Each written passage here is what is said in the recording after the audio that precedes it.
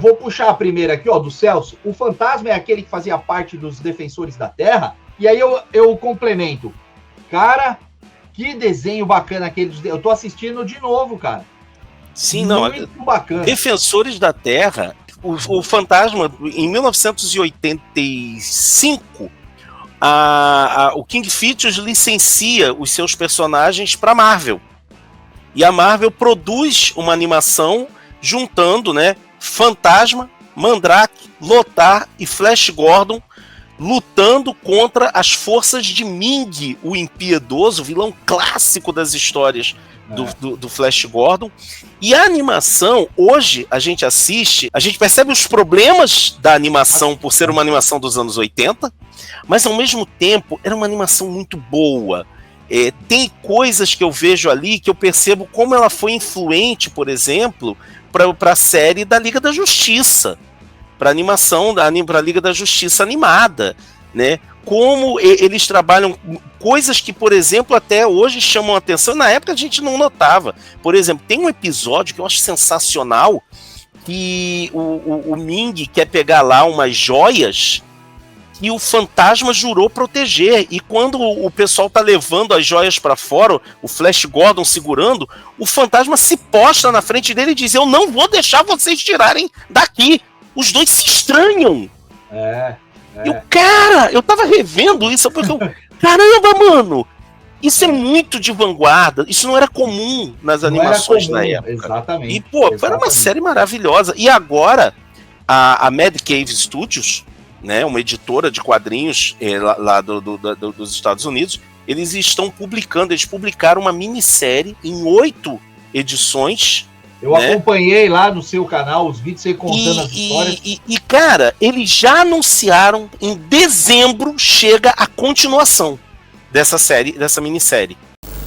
Comenta aí como é que funciona, porque a gente sabe que o personagem, ele é da King Features. Uhum. Mas por que a gente tem o fantasma da Marvel, tem o fantasma da DC, tem o fantasma sueco, tem o fantasma australiano? Conta um pouco aí pra galera que não sabe, como é que a King Features trabalha com os personagens dela. Então, o KFS, né, o King Features, não é uma editora de quadrinhos, né, é um syndicate, é uma empresa que produz material para jornais. Então produz tiras, produz e distribui, né? Tiras de quadrinhos, palavra cruzada, horóscopo, esse material que não é o material jornalístico propriamente dito. Como os personagens do King Features começaram a ter um grande apelo, tá? O King Features é dono de Flash Gordon, Mandrake, Lothar, Popeye, Príncipe Valente, né? Agar o Horrível, são personagens do KFS. Eles começaram a fazer um sistema de licenciamento, ou seja, eles vendem o material para editoras publicarem compilados de tiras, e em alguns casos eles também licenciam com a possibilidade de criação de histórias próprias. Foi desse jeito que a gente passou a ter histórias do fantasma publicadas pela Mad Cave atualmente, DC Comics nos anos 90, Marvel nos anos 90, Dynamite no início dos anos 2000, Moonstone, que está voltando agora, vai voltar a publicar Fantasma, né, com histórias próprias. No Brasil, a RGE foi uma das primeiras editoras gringas, no caso, gringa em relação aos Estados Unidos, a publicar histórias próprias. Na Suécia você tem o Team Fantomen, na Austrália você tem histórias próprias. Então eles fazem um sistema de licenciamento. Essas histórias licenciadas, elas precisam passar pelo crivo do King Features, para não ter nada muito absurdo. Então o fantasma acaba sendo um personagem que ele tem um multicânone. Ele tem um cânone que não é um só. Ele tem um cânone múltiplo. E eu até digo que quem melhor desenvolveu o cânone do Fantasma não foi o King Features, não foi o Lee Falk. O Lee Falk comete erros em relação ao que ele mesmo estabelece. Quem teve o maior cuidado, quem tem até hoje o maior cuidado com isso, é a galera sueca. Porque lá ele ainda vende tanto quanto, e segundo dados, até mais do que os personagens da Marvel e da DC. Caramba, então, lá eles têm um cânone tão cuidadoso que eles estabelecem coisas como data de nascimento e morte de cada fantasma. Estão atualmente com um arco de histórias em que os filhos gêmeos do fantasma assumem o manto, né? Eles já ousaram, por exemplo, fazer coisas do tipo tirar o presidente do país do fantasma, trocar por um ditador. Um cara que fraudou uma eleição e ganhou a eleição contra o Luaga. E aí, de repente, o mundo do fantasma fica menos seguro. Então, eles fazem um negócio assim, cara. Assim, eles são muito loucos. E eles têm, por exemplo, a coragem de, muitas vezes, mostrar um fantasma que, eu brinco, é o fantasma do poucas ideias. É aquele fantasma que ele não tem... Ele é o cara que tá ali pra assustar os outros mesmo. É aquele fantasma que você tem medo dele. Você tem medo. Então é sensacional. Isso é que é o sistema de licenciamento. É por isso que você tem essa possibilidade do fantasma aparecendo em várias editoras, tá? E aí eu digo, talvez seja o personagem... Talvez eu acho que é o único personagem que tem um multicânone. Sim. Sem precisar fazer, vou dar uma cutucada na DC, né? Sem precisar de fazer uma crise a cada 2 anos. Exatamente. Perfeito. Talvez agora eu já consiga entender quando você explicou esse negócio do multicânone. Porque uma dúvida que eu tinha, e aí eu posso estar errado, e aí o professor vai me corrigir aqui. Eu sempre li o Fantasma com aquela impressão de que os nativos ali, tirando a tribo Bandar, né, sei lá, mas os nativos ali, para eles, aquele personagem, né, aquele homem, ele era o mesmo há 400 anos. Ele, né, ele é imortal mesmo, né, na cabeça deles, na visão deles, até onde a mente deles permite que eles enxerguem, é o mesmo cara. Uhum. E aí, eu fiquei com uma dúvida, fiquei com um negócio assim, porque eu vi vários vídeos no seu canal, você comentando da filha, que a filha já chegou a assumir o manto e tal, você até comentou agora que os gêmeos, ambos assumiram o manto e tal, né, atualmente. E aí, como é que funciona isso dentro dessa lógica de que, mas não é o mesmo cara, aqui é outra pessoa já. Uhum. Não perde um pouco essa magia dessa questão sei lá, da eternidade do cara? Esse é que é o poder do mito, Cássio. Entrando um pouquinho na minha praia, né, na minha área, aí vai ficar mais gostoso, tem um mitologista chamado Mircea Eliade, e ele diz o seguinte: a força do mito é a sua capacidade de se adaptar. E aí, por que o mito se adapta? Porque as pessoas, elas têm uma necessidade do mito. E essa necessidade faz com que elas pensem o mito sem que ele seja uma coisa estática. Nas culturas tradicionais, o mito não é uma coisa estática. Ele é movente. Ele não é permanente, ele é movente. Ele é eterno. Ele não é permanente. Ele tem aquilo que um outro pesquisador chamado Zumthor vai chamar de movência. Quando você tem o caso, por exemplo, da Julie Walker. Julie Walker foi a primeira mulher a assumir o manto do fantasma, tá? Aí depois...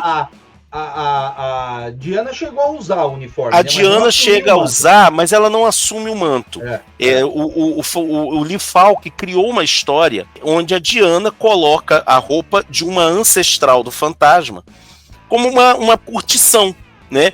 Eu até digo assim, parece uma coisa até meio de fetiche ali dos dois, né?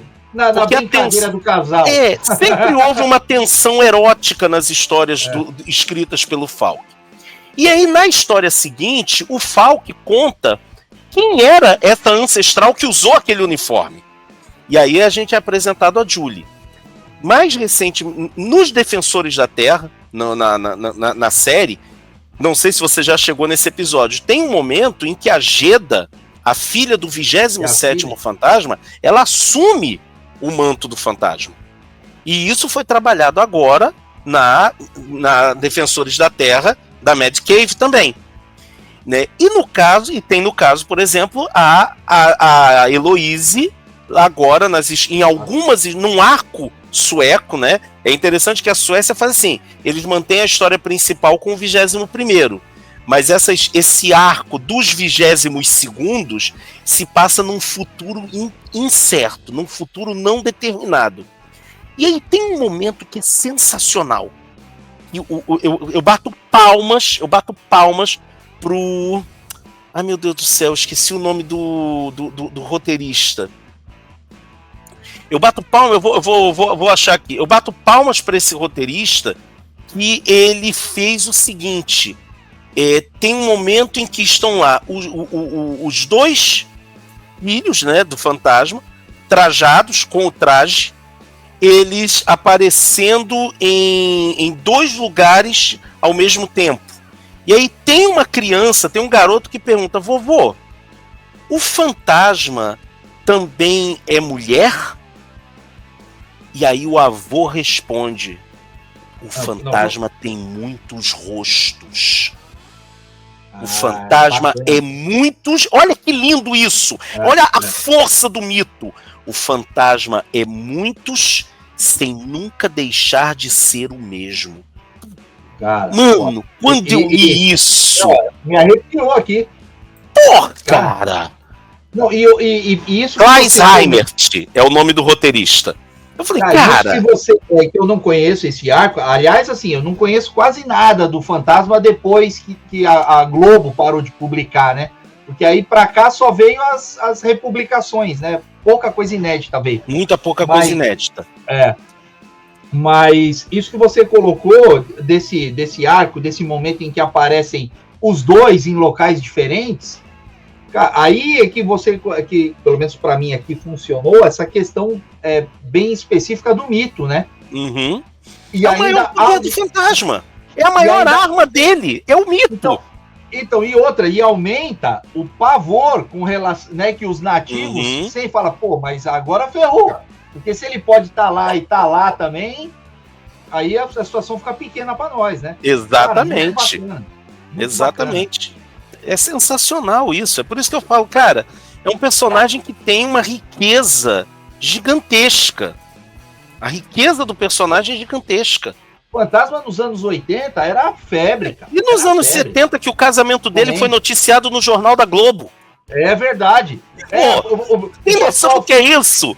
Então, não, mas sabe o que é engraçado? Os caras ficam, pô, a morte do Superman foi matéria do Jornal Nacional, cara. Não, foi mesmo. Foi um impacto grande, concordo. Mas o casamento do fantasma já tinha sido também.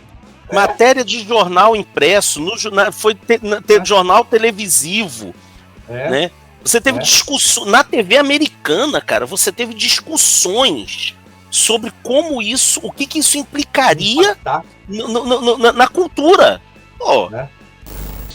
Por que ele é vermelho do Brasil? Mas ele já fala que ele não gosta do rosto. E já foi desenhado no Brasil na época da RGE? Então, vou começar pelo seguinte: por que ele é vermelho? Segundo fontes, né? Eu já vi algumas pessoas questionando essas fontes, mas segundo algumas fontes, quando o Fantasma vai começar a ser publicado no Brasil, era difícil de imprimir o roxo. Quando ele vai começar a ser publicado colorido, tá? Ele começa preto e branco. Era difícil imprimir o roxo. E o roxo tinha uma tendência a estourar na página. Então eles pensaram numa cor que poderia dar certo. Daí o vermelho. Isso aconteceu no Brasil, aconteceu na Itália, a França chegou a publicar o Fantasma em vermelho também, né? Eu já vi algumas pessoas que questionam isso, porque, de fato, em algumas capas a gente via o fantasma aparecendo em roxo. Mas aí eu acredito, isso é uma coisa que eu estou pesquisando, né? Eu acredito que o maquinário, talvez pela qualidade do papel e o tipo de maquinário para as capas, era de uma qualidade um pouco superior. Eu comecei a analisar isso porque eu acho que é no Guerra dos Gibis, do Gonçalo Júnior. O mestre Gonçalo. Mestre Gonçalo. Ele chega a dizer que o Adolfo Eisen chegou a comprar uma máquina só para as capas. Aí eu falei, opa, peraí. Se ele compra uma máquina específica para as capas, então talvez você tivesse máquinas que eram só para as capas. Máquinas de melhor qualidade. Então isso gente, fique claro, tá? É uma hipótese que eu estou levantando. Eu ainda não encontrei fontes que corroborem essa hipótese. Tá. A segunda pergunta é se ele chegou a ter história na RGE. Sim, a RGE foi uma das primeiras a publicar histórias produzidas próprias.